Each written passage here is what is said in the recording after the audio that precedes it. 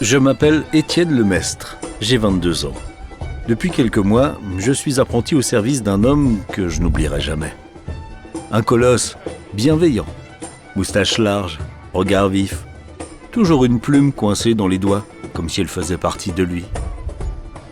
Un homme qui semblait avoir un feu intérieur, un feu qui parlait plus fort que la peur. Moi, je n'étais qu'un garçon des rues, habitué à courir, chaparder entre les étals, à apporter des messages pour les marchands. Il a changé ma vie, le jour où il m'a dit « Garçon, j'ai besoin de mains courageuses, viens donc m'aider ». Sa boutique, rue de la Calandre, n'avait rien d'une boutique. La maison du Grand Coq et le bureau d'adresse étaient un fourmillement d'idées. Des feuilles, partout. Des mots, des dates, des nouvelles venues de Lyon, de Rouen, d'Italie même. Et cette machine, cette presse en bois qui grinçait comme un vieux chêne, mais qui, à chaque impulsion, donnait naissance à quelque chose de vivant. Il me disait « Étienne, chaque page que tu tiens là, c'est un souffle de liberté. » Je ne comprenais pas trop. Je ne faisais qu'ancrer les caractères en plomb, ajuster les cadres, essuyer les taches.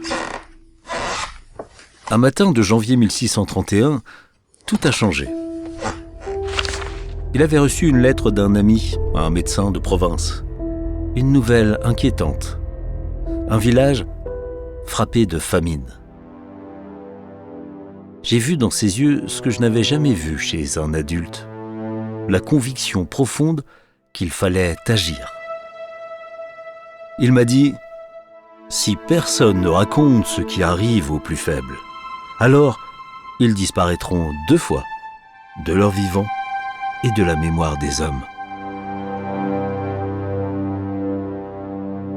Depuis des années déjà, il s'interrogeait sur la question de la pauvreté dans le royaume de France, qui faisait alors des ravages.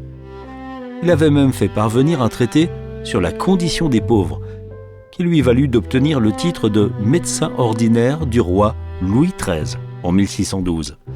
Quelques années plus tard, en 1628, alors au conseil de Richelieu, il ouvrit le bureau d'adresse. Il s'agissait pour lui d'accueillir offres et demandes d'emploi afin d'apporter un remède à la pauvreté et au vagabondage. Mais ce jour-là, il voulait aller plus loin. Il a rassemblé les nouvelles du royaume, du monde, des guerres, des progrès, des drames et des espoirs. Il voulait les mettre ensemble, sur une seule feuille, accessible à tous ceux qui savaient lire et à ceux qui feraient lire pour eux. Il a travaillé jour et nuit, et nous avons sorti cette feuille. Quand nous avons tiré le tout premier exemplaire, j'ai senti mes doigts trembler, pas à cause de la fatigue, mais parce que je savais, sans pouvoir l'expliquer, que cette feuille pouvait changer quelque chose. Moi, j'étais fier. Lui a posé sa main sur mon épaule et m'a dit « Étienne, les royaumes s'étendent par les armes, mais les hommes, eux, ne grandissent qu'avec les idées.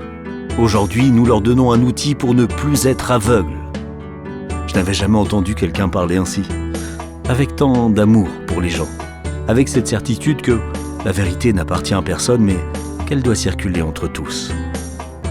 Et alors j'ai compris pourquoi il écrivait sans relâche, pourquoi il ouvrait sa porte aux marchands, aux voyageurs, aux savants, aux religieux, aux curieux, pourquoi il disait toujours « Racontez-moi ce que vous avez vu, votre voix compte ».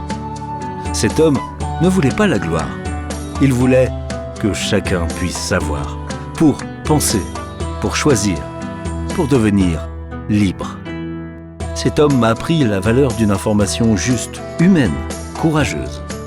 Cet homme, c'était Théophraste Renaudot. Et cette feuille que nous venions d'imprimer ce 30 mai 1631, c'était le tout premier numéro de La Gazette, le premier journal de France. La naissance concrète, palpable, de la presse française et du journalisme neutre.